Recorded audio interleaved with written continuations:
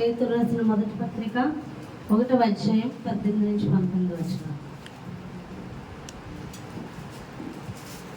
పేతురు రాసిన మొదటి పత్రిక 1వ అధ్యాయం 18 నుంచి 19 వచనం.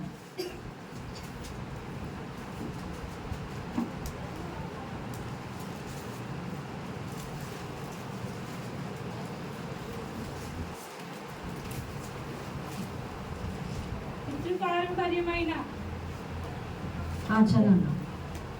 మీ వ్యర్థ ప్రవర్తన విడిచిపెట్టినట్లుగా వెండి బంగారముల వంటి క్షయ వస్తువుల చేత మీరు విమోచింపబడలేదు గాని అమూల్యమైన రక్తము చేత అనగా నిర్దోషమును నిష్కలంకమునగు గొర్రెపిల్ల వంటి క్రీస్తు రక్తము చేత విమోచింపబడితిరని మీరు ఎరుగుదురు కదా. చాలమ్మా. హల్లెలూయా.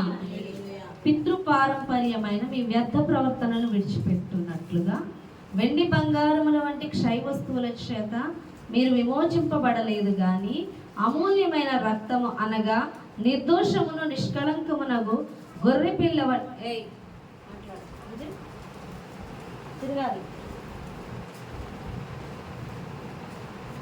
గొర్రె పిల్ల వంటి క్రీస్తు రక్తము చేత విమోచింపబడితేరని మీరు ఎరుగుదురు కదా. హల్లెలూయా. మనం విమోచనకు కారణం ఎవరండి? యేసు ప్రభువారు. మనల్ని విమోచించింది ఎవరు? యేసు ప్రభువారు. చూడండి, ఒక వ్యక్తి ఎంత పేరు ప్రఖ్యాతులు సంపాదించుకున్నా, గొప్ప ధనము సంపాదించుకున్నా, గొప్ప దేశాలు తిరిగినా, గొప్ప మనుషుల మధ్య తిరిగినా, వెండి బంగార రత్న మణిమాణిక్యములు ఉన్నప్పటికీ అతన్ని మరణమును అవి కాపాడలేవు. ఏదో ఒక దినమున మరణించవలసిందే. ఒక కన్నుకి ఒక స్పెషలిస్టు, నీ బ్రెయిన్కి ఒక స్పెషలిస్టు, నీ ప్రతి పార్ట్కి ఒక స్పెషలిస్ట్ నువ్వు కలిగి ఉన్న డాక్టర్స్ని నువ్వు చనిపోయినప్పుడు ఏ డాక్టర్ కూడా నీకు మరణం సమీపించినప్పుడు ఏ డాక్టర్ నీ మరణం నుంచి నిన్ను కాపాడలేను. ఒక బాగు చేయగలరు. డాక్టర్లు ఒక మాట చెప్తారు, మేము చేసేది మేము చేస్తాం, ఆ పైన దేవుడే మిమ్మల్ని కాపాడాలి. అంటే బ్రతికించేది ఎవరు అంటే దేవుడే కాపాడాలి అంటారు, కానీ డాక్టర్స్ ఉన్నా మన మరణాన్ని ఆపలేరు. మరణం అంత బలమైనదై ఉన్నది. హల్లెలూయా. అంత బలమైన మరణమును జయించిన వారు ఎవరు అంటే యేసు ప్రభువు. ఏదైనా మరణానికి తల వంచాల్సిందే. ఏదైనా, ఎంత గొప్ప వ్యక్తి అయినా ఏదైనా మరణానికి తల వంచాల్సిందే. అలాంటి మరణమును జయించిన వాడు ఎవరు అంటే మన యేసు. మన యేసయ్య మరణాన్ని జయించి తిరిగి లేచి ఉన్నాడు, అనే కదా. ఆయన లేచి ఉన్నట్లుగానే మనం కూడా ఆయన యందు విశ్వాసం ఉంచిన వారు ఖచ్చితంగా లేపబడతారు. హల్లెలూయా. ఎవరి యందు? ఆయన యందు విశ్వాసం ఉంచిన వారు లేపబడతారు. ఆయన సిలువలో మరణించినట్టు నువ్వు మరణించాలా? నువ్వు ఏం చెయ్యక్కర్లేదు. చేసిన వాని యందు విశ్వాసం ఉంచడం ద్వారా ఆయన రక్తము నిన్ను పవిత్రపరుస్తుంది, నీ పాపముల నుంచి కడుగుతుంది, విమోచిస్తుంది, విడిపిస్తుంది. ఆయన మరణము నీకు రావాల్సిన మరణమే అని, నీకు మరణము నుంచి విడుదలని, ఆయన పునరుత్థానుడై ఉన్న ప్రకారమే నీవు లేపబడతావని విశ్వాసము ద్వారా ఇవన్నీ పొందుకుంటావు.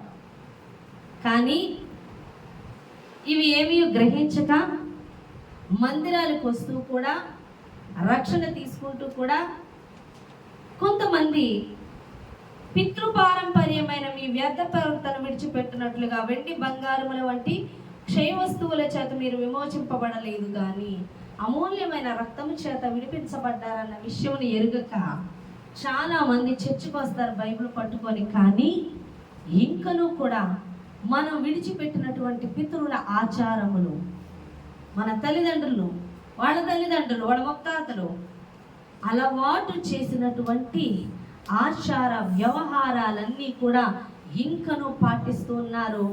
ఎందుకు భయపడుతున్నారంటే అవి చెయ్యకపోతే ఏమైనా అవుతుందేమో, పోతామేమో అన్న భయంతో జీవిస్తున్నారు.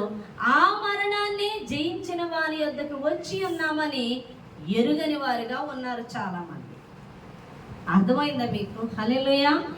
చాలా మంది చెప్తూ ఉంటారు, కీడులు అంటారు. అవునా? ఇది చేయకపోతే కీడు, అది చేయకపోతే కీడు, అది చేయకపోవడం వల్ల అతను చనిపోయాడు అన కదా. పుట్టినప్పుడు ఆచారాలు, పెద్దోళ్ళు అయినప్పుడు ఆచారాలు, పెళ్ళిళ్ళప్పుడు ఆచారాలు, వాళ్ళు చచ్చిపోతున్నప్పుడు ఆచారాలు, ఇవన్నీ చేయకపోతే ఆ కీడు కొట్టేసి మనం పోతాం, నువ్వు పోతావు, నేను పోతానంటూ చెప్పుకుంటూ, అవునా కాదా, అనేకమైన ఆచారాలు పాటిస్తూ ఉంటే అది నిజమే అని భయపడుతూ మనం కూడా లోబడుతున్నాం. ఎందుకు లోబడుతున్నాం అంటే ఏమన్నా అవుతుందేమో అని, అవి చెయ్యకపోతే అని. అవి చెయ్యకపోతే ఏమన్నా అవుతుందేమో అని అనుకున్న వ్యక్తివైతే ఇక నువ్వు యేసయ్య వద్దకు ఎందుకు వచ్చి, యేసయ్య మరణాన్ని జయించినప్పుడు నువ్వు అవన్నీ పాటించిన అవసరం లేదు. ఏది పాటించిన అవసరం లేదు. క్రీస్తునందు విశ్వాసం ఉంచితే చాలు. ఇది గ్రహింపు లేని వాళ్ళు చేస్తూ ఉంటారు ఆ పనులు. మేము పెద్దవాళ్ళం, మాకు తెలుసు, మేము అన్నీ చూసి వచ్చేసాం, మేము అన్నీ చేసి వచ్చేసాం. క్రీస్తే అన్నిటికీ మూలము, క్రీస్తే జ్ఞానమై ఉన్నాడు, క్రీస్తే సమస్తమై ఉన్నాడు. క్రీస్తును దాటి నువ్వు ఏది చేసినా అది క్రీస్తు మీద విశ్వాసం లేనట్లే. అవునా కదా? ఇప్పుడు ఎవరైనా భర్త చనిపోనియండి, వాళ్ళు ఏం చేస్తారు? దేవుళ్ళు నమ్ముకున్నా కొన్ని కీడులు ఉంటాయి. మా ఇంటికి వచ్చి గుమ్మం దొక్కి వెళ్ళాలి, ఆరింటికి వచ్చి గుమ్మం దొక్కి వెళ్ళాలి, 3 రోజులు పడుకోవాలి, 4 రోజులు పడుకోవాలి, చీరలు పెట్టుకోవాలి. మా కీళ్ళు వచ్చి నమ్ముతారు. మేము చచ్చిపోతాం కీడు తగిలి. మరణాన్ని జయించిన వారి వద్దకు మనం వచ్చి ఉన్నాం. మళ్ళీ ఇంకో ఆలోచన, వాళ్ళకేమన్నా అయిపోతేమో నువ్వు వెళ్ళడం అంట. బుర్రలేని పనులు అవన్నీ వాళ్ళకి ఎందుకు అవుతాయి? అవి చేయడం వల్ల అవుతాయి. వాళ్ళకేమన్నా అవుతుందేమో, మనల్ని తిట్టుకుంటారు, ఎందుకు మనం వెళ్ళొచ్చా? ఇవన్నీ విశ్వాసం లేనితనం. యేసు మీద విశ్వాసం లేదని చెప్పడం అన్నమాట. క్రీస్తు మీద విశ్వాసం లేదు, క్రీస్తు మరణాన్ని జయించాడు అన్న నమ్మకం లేదు.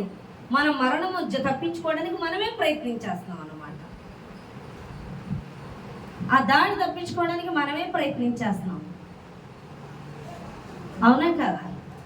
ఇవి అనేక మంది, అందుకే పితృపరి ఆచారములు వ్యర్థములని, వెండి బంగారములు చేత విమోచింపబడలేదు కానీ పరిశుద్ధమును నిష్కళంకమునైనా గొర్రె పిల్ల వంటి ఆయన రక్తము చేత మనం విమోచింపబడ్డామని ఎరుగక ఆ ఆచారములు పాటిస్తున్నాం.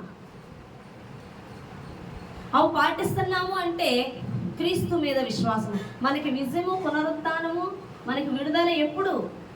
ఆయన చిందించిన రక్తం మీద, ఆయన మీద, ఆయన పునరుత్థానం, మరణించి తిరిగి లేచి ఉన్నాడు అన్న విషయం మీద నమ్మకం ఉంచినప్పుడే, నువ్వు నమ్మినప్పుడే, నువ్వు అది నమ్మేవు అన్నప్పుడే నువ్వు అది పొందుకుంటావు. ఆయన రక్తం చేత నేను విమోచింపబడ్డానని నమ్మితేనే అది పొందుకుంటావు, నిజంగా విమోచింపబడతావు. ఆయన నా నిమిత్తం మరణించి తిరిగి లేచి ఉన్నాడు, ఆయన ఎంత విశ్వాసం ఉంచడం ద్వారా నేను రేపు లేపబడతానని నమ్ముడు ద్వారానే అది పొందుకుంటావు. అది నమ్ముతున్నానని క్రియల రూపంలో నువ్వు చూపించాలి. ఎలా చూపిస్తావు? ఇవన్నీ వ్యర్థములని నువ్వు చూపించాలి.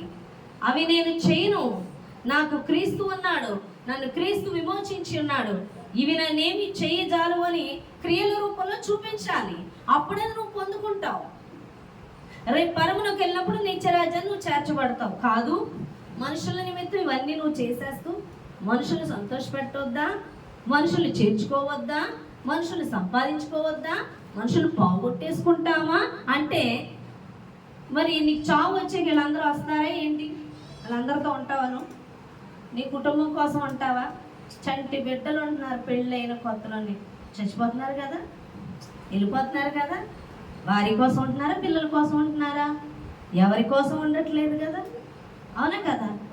ఇవన్నీ ఆలోచించకుండా మన సొంత ప్రయత్నాలు చేస్తూ ఉంటే ఏంటంటే మనుషుల కోసం. అందుకే పౌలు అంటున్నాడు, నేను ఇంకా మనుషులు సంపాదించు సంతోషపెట్టువాడనైతే నేను క్రీస్తు దాసుడు కాదు అని మాట్లాడుతున్నాడు. అవునా కదా? యేసు ప్రభువారు కి దాసుడు కాదు. దేవునికి నువ్వు దాసుడు అవ్వాలి అంటే ఆయన్ని సంతోష పెట్టాలి. నువ్వు నీ వాక్యాన్ని నువ్వు ఎంత గ్రహిస్తే ఆయన సంతోషిస్తాడు. నువ్వు అవన్నీ వ్యతిరేకించి క్రీస్తు మరణము నాకు విడుదల ఇచ్చినదని నువ్వు చెప్తుంటే ఆయన సంతోషిస్తాడు. నా బిడ్డకు వాక్యం అర్థమైందని.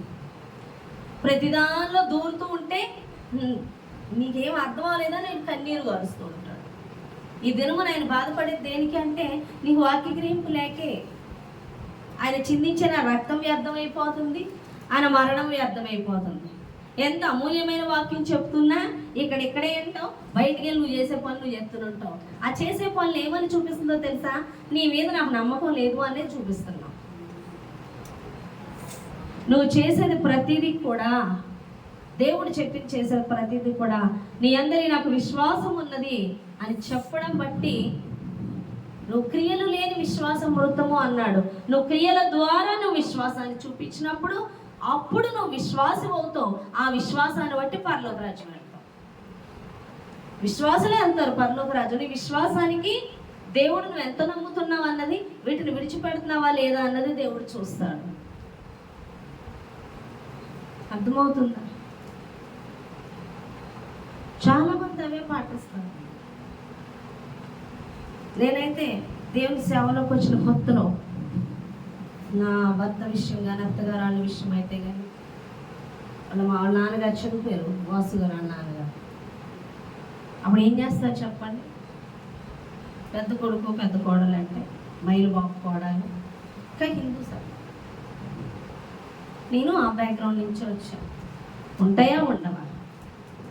నేనేమీ చేయను, ఒక్కటి కూడా చేయను. చేస్తుంటే ఇక్కడ నేను నిలబడే అర్హత నాకు ఉండేది కాదు.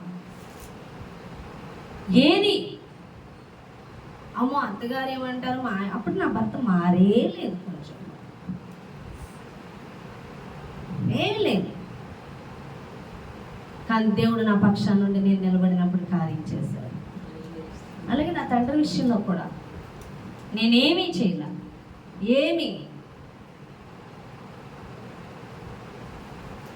ఏదో చేసుకుంటారు, నన్ను వదిలేస్తారు అవుట్ ఆఫ్ లిస్ట్. నేను అలాగే ఉంటాను. కానీ అన్నింటిలోనే వాళ్ళు మన చాలా మంది అంతే ఎక్కడెక్కడ బంధువులో పిలిచేస్తుంటారు. నన్ను ఏ బంధువు వెళ్తే ఆవిడ దగ్గరికి వెళ్ళండి. నా బంధువులు ఎవరు అంటే ఆత్మ సంబంధులే. అన్యులు నిన్ను తెగ పిలుస్తున్నారు.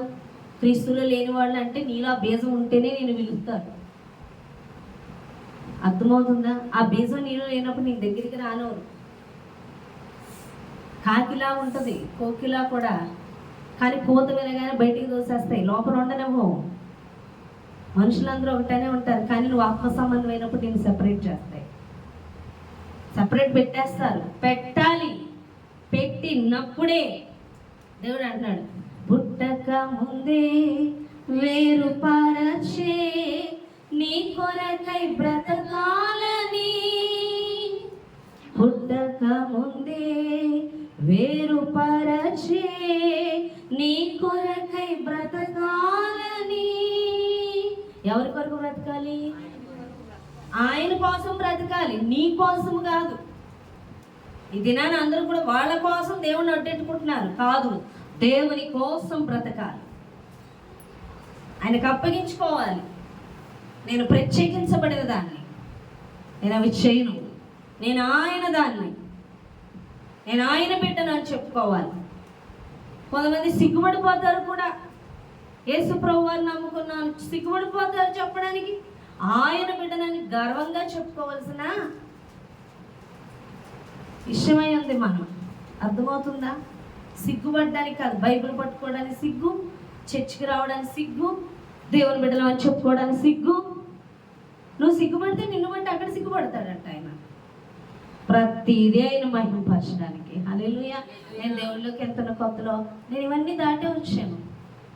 నేను బైబిల్ పట్టుకెళ్ళి దాన్ని కాదు, సిగ్గుపడేదాన్ని. ఎందుకు సిగ్గు? అది ఎందుకు వస్తుందో తెలీదు. అది శాతాన్ని కలుగజేసేది.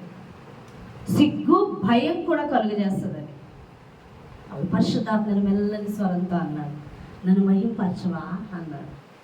నన్ను మహింపరచవా? నువ్వు బైబిల్ పట్టుకొని వెళ్తూ ఉంటే ప్రతి ఒక్కరు అడుగుతారు, నువ్వు దేవుణ్ణి నమ్ముకుంటున్నావా అని.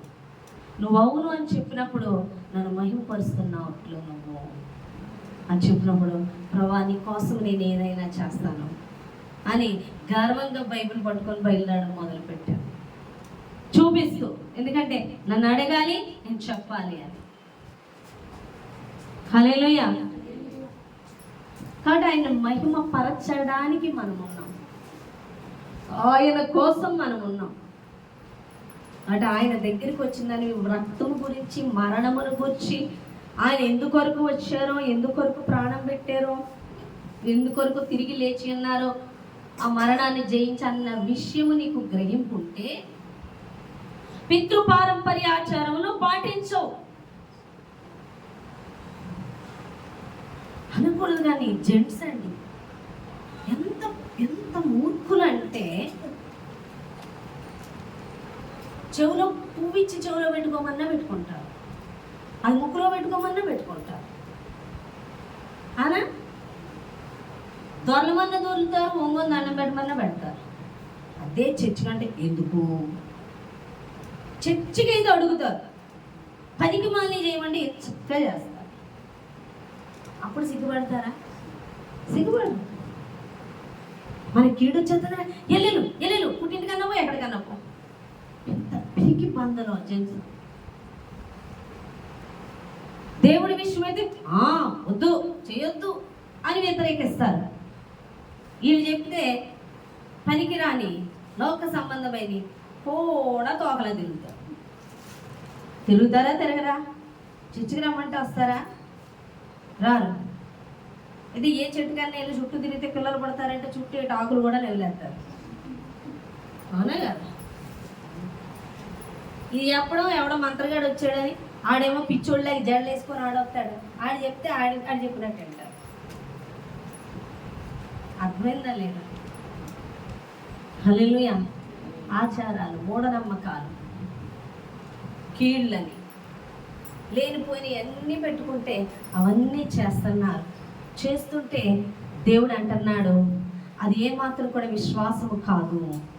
అది ఏంటో చెప్తున్నట్టు అది 45వ కీర్తన 7వ వచనం.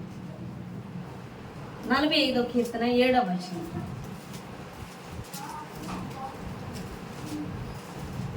దేవుడు సర్వభూమికి రాజై ఉన్నాడు. 45వ కీర్తన 47.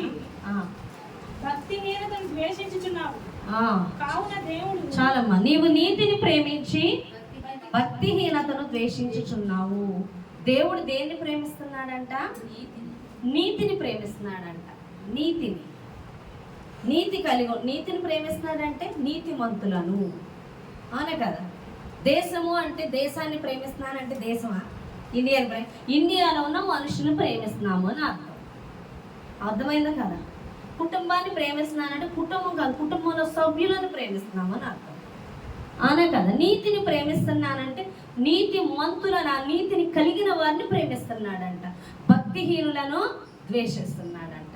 నీతిమంతులు అంటే ఎవరు? నీతిమంతులు ఎవరైనా ఉన్నారు ఈ భూమి మీద? ఎవరూ లేరు. నీతిమంతులు ఎవరు? యేసుని కలిగి ఉన్నవారే నీతిమంతులు. యేసుని కలిగి ఉండడం అంటే ఏంటి? నువ్వు నమ్మేసుకుంటున్నావు, చర్చకొచ్చేస్తున్నావు, యేసుని కలిగి ఉన్నట్లేనా? కానీ కాదు. అవునా కదా? చర్చికి వచ్చిన మాత్రాన, బైబిల్ పట్టుకున్నంత మాత్రాన్ని నీతిమంతులు కారు. మరి నీతిమంతులు ఎవరు? అబ్రహాము నీతిమంతుడు. ఎందుచేత నీతిమంతుడయ్యాడు? అబ్రహాము దేవుని యందు విశ్వాసం ఉంచాడు కాబట్టి నీతిమంతుడయ్యాడు. అబ్రహాము దేవుని యందు విశ్వాసం ఉంచాడు కాబట్టి నీతిమంతుడయ్యాడు. విశ్వాసం ఉంచుటను బట్టి నీతిమంతులు అవుతారు. నీతిమంతులే పరలోక రాజ్యంలో ఉంటారు. నీతిమంతుల పక్షాన్నే వాద్యమాడతాడు. నీతిమంతుల్నే ప్రేమిస్తాడు. అవునా కదా? నీతిమంతుల మార్గాలు సరళపరుస్తాడు. నీతిమంతులు అన్నిటిలోనే ఆశీర్వదింపబడతారు. మరి నీతిమంతులు ఎవరు అంటే అబ్రహాము నీతిమంతుడు. ఎందుకంటే అబ్రహాము దేవుని యందు విశ్వాసం ఉంచెను, అది అతనికి నీతిగా ఎంచబడెను. హల్లెలూయా. దేవుని యందు విశ్వాసం ఉంచాడంటే ఎలా ఉంచాడు విశ్వాసం? నేను విశ్వాసం ఉంచేసానంటే అయిపోద్దా? విశ్వాసం ఉంచానంటే క్రియల్లో చూపించాలి. అబ్రహామును ఏమన్నాడు? ఉన్న పాటును బయలుదేరి నీ వాళ్ళని అందరిని వదిలేశాను. అర్థమవుతుందా? ఉన్న పాటున బయలుదేరు, నీ వారిని విడిచిపెట్టి. బయలుదేరాడా లేదా? ఎక్కడికి తీసుకెళ్తావు? దేనికి తీసుకెళ్తావు? ఏమన్నా అడిగాడా? లేదు. ఎందుకని? నమ్మకం. ఎవరన్నా తెలియని వ్యక్తి వచ్చాడనుకో, వాళ్ళు పిలిచాడనుకో, నువ్వు ఎవరివి, ఏంటి, ఎందుకు పిలుస్తున్నావు, దేనికి రమ్మంటున్నావు, ఎందుకు రమ్మంటున్నావు, ఎక్కడికి రమ్మంటున్నావు, ఎక్కడి దాకా వెళ్దాం క్వశ్చన్ వేస్తావా లేదా? అదే మనకు తెలుసున్నవాడు, నాకు నమ్మకమైన వాళ్ళు అనుకో, మనం నమ్మిన వాళ్ళు అనుకో, అడగం, వెళ్ళిపోతాం. అవునా కదా? అలాగే అబ్రహాము నమ్మాడు దేవుణ్ణి, విశ్వాసం ఉంచాడు, కానీ అడగలేదు. రమ్మనగానే బయలుదేరమనగానే బయలుదేరిపోయాడు. హల్లెలూయా. కాబట్టి అబ్రహాము దేవుని యందు విశ్వాసం ఉంచి ఉన్నాడు కాబట్టి అతనికి అది నీతిగా ఎంచబడింది. హల్లెలూయా. కాబట్టి అతను నీతిమంతుడయ్యాడు. అంతేకాదు, విశ్వాసం ఎప్పుడు ఉంచుతాము? నిజంగా మనం ప్రేమించినప్పుడే విశ్వాసం ఉంచగలము. హల్లెలూయా. ఇప్పుడు ఒక అమ్మాయి వివాహం చేసుకొని వచ్చింది అంటే ప్రేమించింది కాబట్టే వచ్చింది. ప్రేమించింది కాబట్టి అతను పోషించగలడన్న నమ్మకంతో వచ్చింది.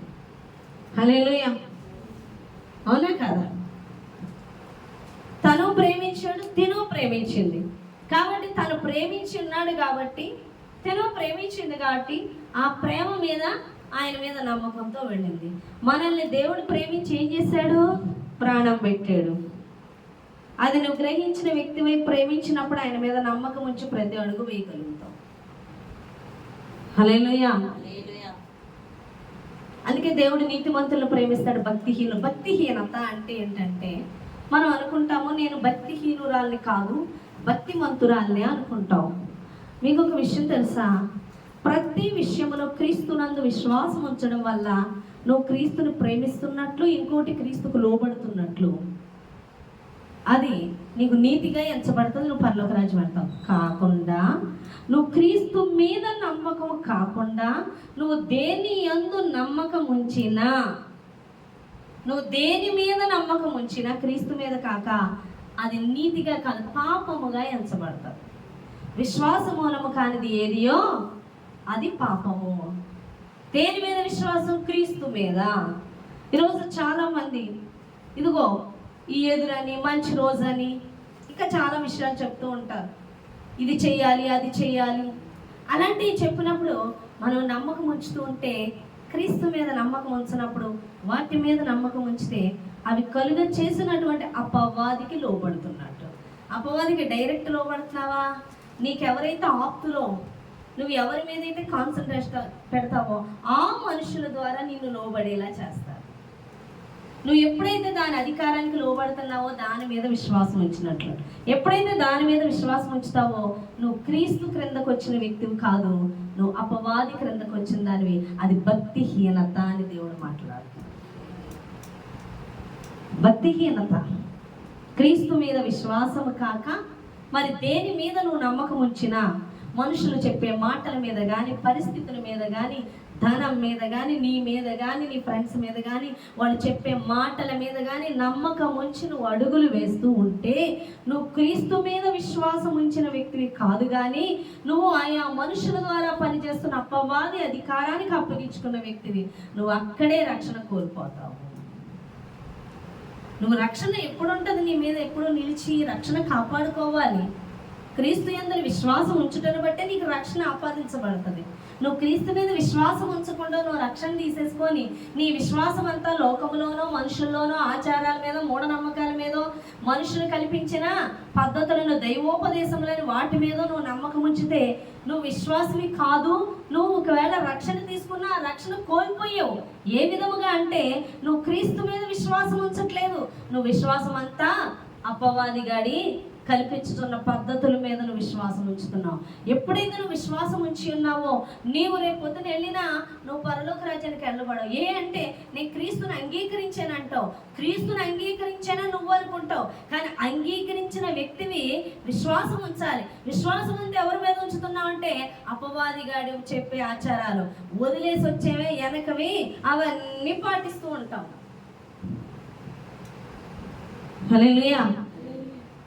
ఏదైతే విడిచిపెట్టి వచ్చినామో అవి ఇంకా పాటిస్తూ ఉంటాం. అవి ఇంకా పాటిస్తూ ఉన్నప్పుడు నేను క్రీస్తు లేడు, ఇంకా వాడే పని చేస్తూ ఉన్నాడు. అందుకే దేవుడు భక్తిహీనులను ద్వేషిస్తానంటే ఎవరు నీతిమంతులు అంటే యేసు మీద విశ్వాసం ఉంచిన వాళ్ళే, ఆయన మీదే నమ్మకం. నేను దేన్ని నమ్మను, క్రీస్తు నాకు తోడే ఉన్నాడు చాలు, నేను దీనికి దానికి బెదరను. అర్థమవుతుందా? మా అన్నయ్య అయితే ఎన్ని ఆచారాలు చెప్తాడు. ఈ వాస్తు ఆ వాస్తు అలా అవుతుంది, ఇలా అయిపోతుంది, మా అమ్మగారి ఇల్లు ఇలా చేసింది, మా అమ్మ అలా చేసింది, ఏదోటి అయిపోతుంది. అన్నయ్య బాప్తిజం తీసుకుందని ఏమవుతాను, మీకు ఉండవేమంటే ఉండవు అన్నయ్య, ఉండవు, మాకేమో ఎందుకంటే తనకి తెలియదు. వాళ్ళు భయపడిపోతున్నారు. ఈ దిశది ఆ దిశది, ఏయో సింహద్వారాలు ఏయో చెప్తున్నారు. అవన్నీ అవునా కదా? మాకు ఏముండవు. మనం ఎవరి మీద నమ్మకం ఉంచుతున్నాం? ఇల్లు కట్టుకుంటే ఇన్ని ద్వారాలు చెప్తున్నారు, బయట ఉంటే ఏ ద్వారం ఉందో చెప్పండి. అవునా కదా? బయట ఉంటే ఏ ద్వారం ఉంది, డేరా కట్టుకొని ఉన్నవాడికి ఏ ద్వారం ఉంది, చెట్టు కింద ఉన్నవాడికి ఏ ద్వారం ఉంది చెప్పండి. ఇల్లు కట్టుకుంటే ఇన్ని ద్వారాలు, ఇదంటే అతను గుట్టేసిందంట. హల్లెలూయా. అర్థమవుతుందా? క్రీస్తు మీద విశ్వాసం ఉంచాలి. ఇవన్నీ పాటించే వాళ్ళ మీదకి శాతాన్ ఏం చేస్తుంది, వాడి అధికారానికి వెళ్ళారు కాబట్టి వాళ్ళ మీద దాడి చేస్తూ ఉంటుంది. అందుకే ఈ మరణాలు, రోగాలు, దరిద్రతలు, వ్యతిరేకతలు, సమస్యలు ఎందుకు వస్తున్నాయి, ప్రతి మనిషి ఎందుకు వస్తున్నాయి అన్నది ఆలోచిస్తున్నారు. కానీ ఏం చేస్తున్నాము? అబ్రహాము దేవుడు చెప్పింది చేశాడు కాబట్టి దేవునికి లోబడ్డాడు కాబట్టి అది నీతిగా ఎంచబడింది. నీతిమంతులు శాతాన్ని ముట్ట చాలదు. నేను దేవుడు మన ఎడల దేవుడు ఉద్దేశించిన చిత్తాన్ని చేస్తున్నప్పుడు శాతాన్ని ముట్ట చాలదు. దేవుడు మనకు ఉద్దేశించిన మార్గంలో మనం వెళ్తున్నప్పుడు దేవుడు కలిగి ఉన్నవన్నీ కూడా మనకు ఉంటాయి. సమృద్ధే కానీ, స్వస్థతే కానీ, విజయమే కానీ, పరలోకమే కానీ అన్నీ ఉంటాయి. నువ్వు కంఫర్టబుల్గా ఎన్నుకున్న మార్గము, నీకు ఇష్టమైన మార్గంలో వెళ్తుంటే ఆ మార్గంలో దేవుడు ఉండడు, దుష్టుడు ఉంటాడు. వాడు ఎలాంటి అపాయకరమైన పరిస్థితులైనా నీకు కలుగు చేస్తాడు. కాబట్టి నువ్వెన్నుకునే మార్గం కాదు, దేవుడు నిన్ను ఏ మార్గంలో వెళ్ళమన్నాడో ఆ మార్గంలో వెళ్ళాలి. అదే పరలోక రాజ్యాన్ని తీసుకెళ్తుంది. దేవుడు అందుకే అంటున్నాడు, నన్ను వెతుకు, నేను నీకు దొరుకుతాను, నన్ను అడుగుము అని మాట్లాడుతున్నాడు. నాకు మొరపెట్టము, నీకు ఉత్తరం ఇస్తాను. ఏం మొరపెడతాము? ఆయన ఏ దారిలో వెళ్ళమంటున్నాడు, ఏం చేయమంటున్నాడు, ఎందుకొరకు నన్ను పిలుచుకుని ఉన్నాడు. పుట్టక ముందే నిన్ను ఏర్పరచుకున్నాను, గర్భంలో రూపింపబడక ముందే నిన్ను ఏర్పరచుకున్నాడు. దేనికి ఏర్పరచుకున్నాడు? దేనికి వేరుపరుచుకున్నాడు? ఎందుకు పిలుచుకున్నాడు? ఈ కోట్లాది మందిలో ఎందుకు నన్ను పిలుచుకున్నాడు? దేనికి ఇంతగా వాక్యం వినిపిస్తున్నాడు? ఏం చేయమని చెప్తున్నాడు అన్నది ఒక్కడు కూడా ఆలోచించరే. అది నువ్వు ఆలోచించినప్పుడు ఆయన చెప్తాడు, ఆయన మాట్లాడతాడు. నేనైతే వేసా క్వశ్చన్, నేను బీఈడీ చేశాను, బీఈడీ ఒకపోయినా ఇవ్వు ప్రార్థన. ఆయనకి తెలుసు ఎందుకు పిలుచుకుంటున్నాడు, అది అవసరం లేదని. అప్పుడే నేను ఒప్పుకోవాలి, ఇచ్చేసాను. నెక్స్ట్ డిఎస్సి ఇచ్చే డోర్స్ అన్నీ మూసిపోతున్నాయి. ఇంత భక్తి జీవితం చేస్తుంటే ఎందుకు నాకే మూయబడ్డాయి? దేనికి మూయబడ్డాయని ఇంకో దారులు, నా ఇష్టమైన దారులు వెతుక్కోలేదు. ఎందుకు దేవుని ద్వారాలు మూయబడ్డాయని అడిగితే, నువ్వు వెళ్ళే త్రోవది కాదు, ఇది నీ దారి, ఇది నేను చూపించే దారి అని దేవుడు చెప్పాడు. ఈ దారిలో వెళ్ళు, నీకేమేమి మూసిపోయి అన్నీ తెరవబడి ఉంటాయి. ఇక్కడ ఆర్థిక ఇబ్బందుల, వ్యతిరేకతల, ఓటమ్య, నరకమా, అది పరలోకమా, ఇవన్నీ ఎట్టుంటాయి? ఇటు ఉంటాయి, అటు కాదు. అది నరకము, అది ఓటమి. అది దరిద్రత, అది అనారోగ్యం, ఈ మార్గం వెళ్ళాలి అని వెతికినప్పుడు దేవుడు నాకు బయలుపరిచాడు, స్పష్టత నాకు ఇచ్చి ఉన్నాడు. నేను అడుగులు వేయడం మొదలు పెట్టాను, నా పక్షాన్ని కదలడం మొదలు పెట్టాను. నేను రుచి చూచిన దేవుణ్ణి, నేను అనుభవిస్తున్న దేవుణ్ణి, నేను స్వస్థత పొందుకున్న దేవుణ్ణి అనేక మందికి చూపించగలుగుతున్నా. మనం వెళుతూ అనేక మందిని తీసుకెళ్ళాలి. ప్రతి ఆశీర్వాదం వస్తుంది, ఆ మార్గం తెలుసుకోవాలి. ఆయన ఉండు మార్గం ఏంటో, నీ మార్గంలో ఆయన ఏ మార్గంలో నిన్ను నడిపించబోతున్నాడు, ఆయన ఉండు మార్గం ఏంటో నీ జీవితంలో తెలుసుకొని నువ్వు వెళ్ళినప్పుడు ప్రతి ఆశీర్వాదం పొందుకుంటావు.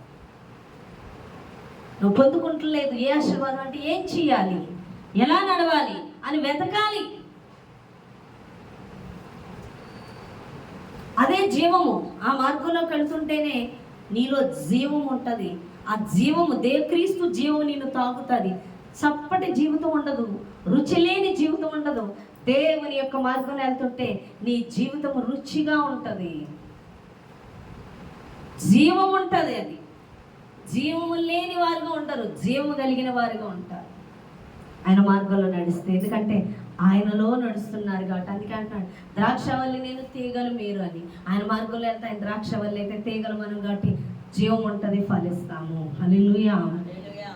కడుపుని బిడ్డలారా, నీతిమంతులు ఆయనకి ఇష్టము. నీతిమంతులు ఎవరు అంటే ఆయన చిత్తము చేయవారు,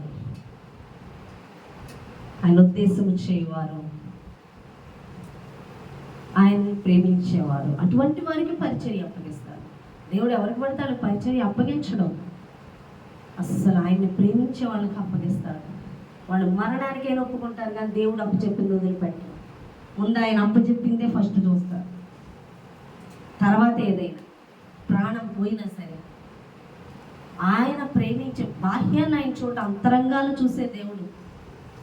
సమూయేలు వెళ్ళి అభిషేకించేయడానికి యెషయా బిడ్డలు చూస్తే దేవుడు అంటున్నాడు, నువ్వు బాహ్యాన్ని చూస్తావేమో, నేను అంతరంగాలు చూస్తాను.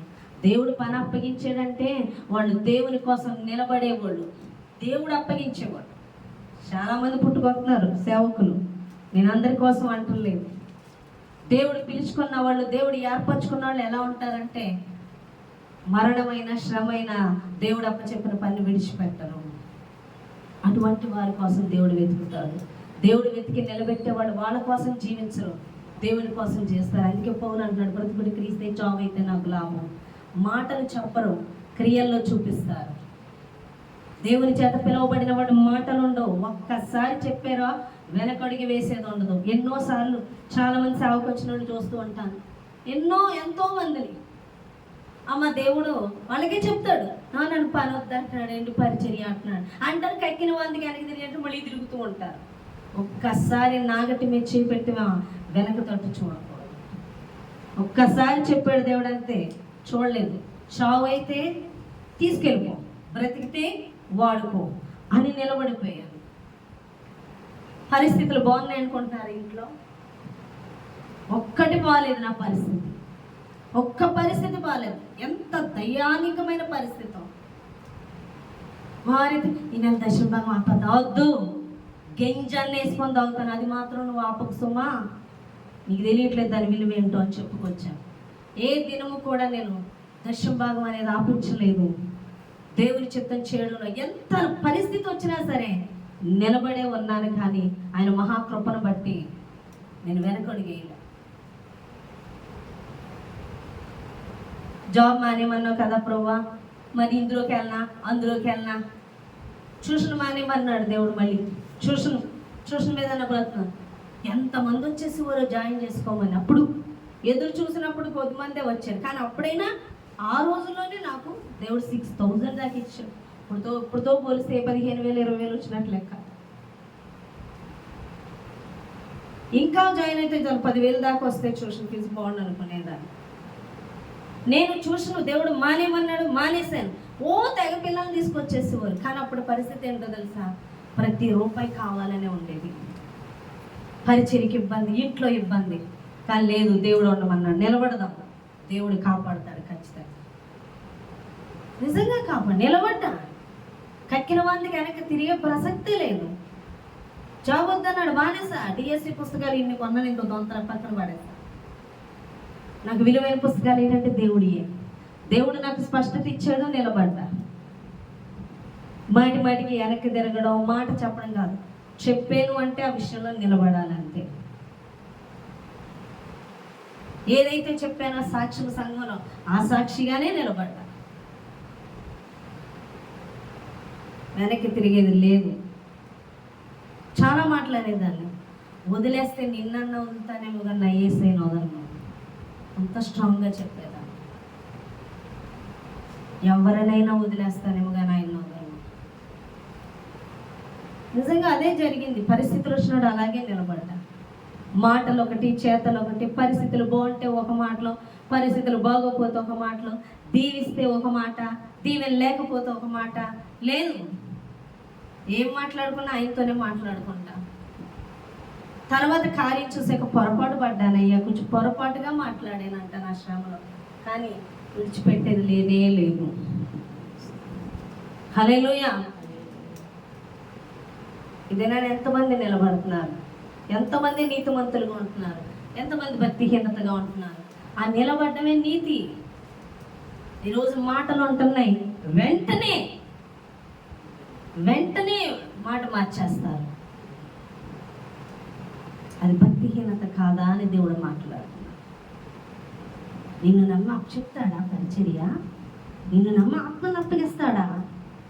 ఆయన ఆత్మను అప్పగించాలంటే మామూలు విషయమా? పెద్దునంటే నువ్వు నన్ను ప్రేమిస్తున్నావా? అయితే నా గొర్రెలు కాయి. నీకు అప్పచెప్తున్నాడా? గొర్రెల్ని కాపరిగా కాయమంటున్నాడా? ప్రేమిస్తున్నావా? నిలబడతావా? ఉంటావా? ఒక్క విషయంలో అన్నా. కానీ దేవుడికి నీవు నమ్మకంగా ఉండవు, కానీ నీకు మాత్రం దేవుడు నమ్మకంగా ఉండాలి. నువ్వు అడిగింది చేసేయాలి,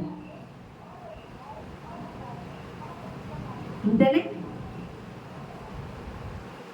మరి దేవుడికి మనం ఉంటున్నావా? వాటి నీతిమంతులుగా ఉండడం అంటే ఏంటి? భక్తిహీనత అంటే ఏంటంటే ఆయన కోసం నిలబడకపోవడం, ఆయన చిత్తం చేయకపోవడమే భక్తిహీనత. లోబడిపోవడమే శరీరానికి, లోకానికి. దేవునికి లోబడ్డం అంటే ఆయన చెప్పింది చేయడం. ఎంతటి శ్రమ వచ్చినా నిలబడితే విజయము చూస్తామని దేవుడు మాట్లాడుతున్నాడు. ఆ నీతిమంతుల పక్షాన్ని నేను ఉంటాను. ఒక సంఘమును నడపాలంటే మామూలు విషయం కాదు. దేవుడు మన పక్షాన్ని ఉంటేనే.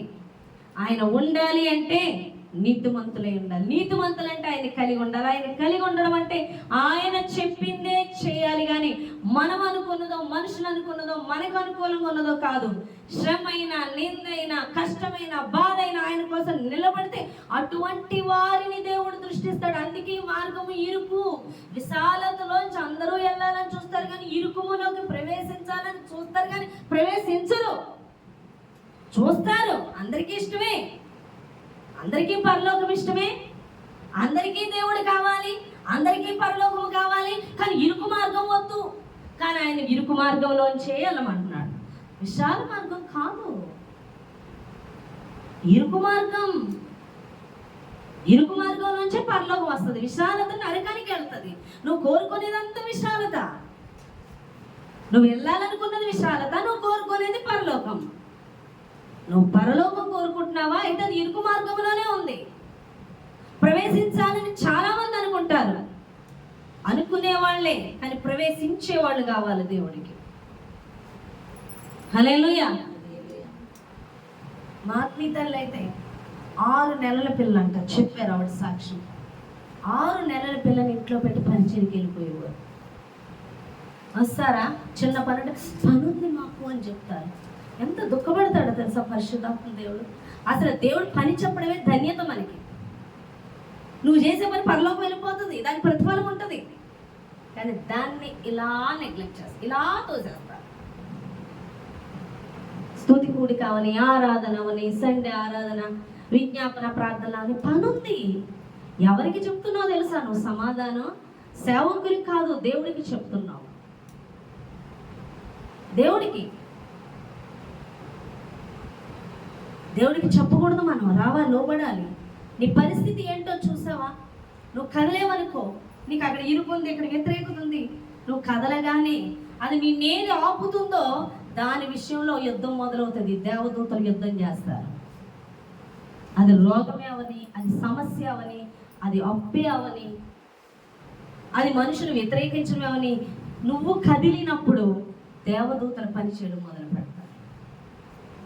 మనం కదలకుండా దాన్ని మనం హైలైట్ చేసామనుకోండి, మనం అపవాదికి లోబడిన వాళ్ళం అవుతాం. మరి ఇజ్రాయేల్ ప్రజలు మేము ఎలా వెళ్తాం అనుకుంటే, ఆయన పగలు మేఘస్తంభం, రాత్రి అగ్ని స్తంభాలే తోడే ఉన్నాడు. వాళ్ళు కదిలితే ఆయన తోడుగా వచ్చాడు. ఆయనే వచ్చాడు. ఎలా అంట? పగలు మేఘస్తంభముగా, రాత్రి అగ్ని స్తంభంగా. అది కదిలే విషయమా? స్థిరంగా ఒక చోట ఉండిపోయారు బానిసత్వంలో. కదలడం అంటే అరణ్యం గుండా, అది ఎంత కష్టం. కానీ దేవుని కోసం కదిలినప్పుడు దేవుడు వాళ్ళతో కదలడం మొదలు పెట్టాడు. ఈరోజు నువ్వు దేవుని కోసం ఏ పనైనా దేవుడి కోసం నువ్వు బయలుదేరినప్పుడు దేవదూతలు దేవుడు నీతో కదలడం మొదలవుతారు. అది చూడాలి నువ్వు బయలుదేరినప్పుడు. అంతేగాని కాదు అన్నప్పుడు దేవుని యొక్క శక్తిని, దేవదూతల పనిని అక్కడే నువ్వు ఆపేసుకుంటున్నావు. నువ్వు బయలుదేరినప్పుడు దేవుడి కార్యం చూస్తావని దేవుడు మాట్లాడుతున్నాడు. హల్లెలూయా. ఇది ఆపుతుంది, అది ఆపుతుంది అని చెప్తే నువ్వు దానికి తల వంచినట్లు. ఎప్పుడైతే వాడి అధికారానికి వెళ్ళిపోయావో మరలాడు ఆపి నీ మీద ఆడు దాడి మొదలు పెడతాడు. నువ్వు ఎప్పుడైతే కదలడం మొదలు పెట్టావో ఆపుతున్న వాడితో దేవదూతలు యుద్ధం చేస్తాయి. దేవుడే విజయం ఇస్తాడు. నీ పక్షాన్ని దేవుడు కదులుతాడు. హల్లెలూయా. అది భక్తిహీనత. ఆ యొక్క పరిస్థితులు చెప్పి ఆగిపోవడం. నీతిమంతులు ఏంటంటే విశ్వాసంతో బయలుదేరారు. ఎన్ని సాకులు చెప్పచ్చు? అబ్రహాము చెప్పాడా సాకులు? బయలుదేరాడా? హల్లెలూయా.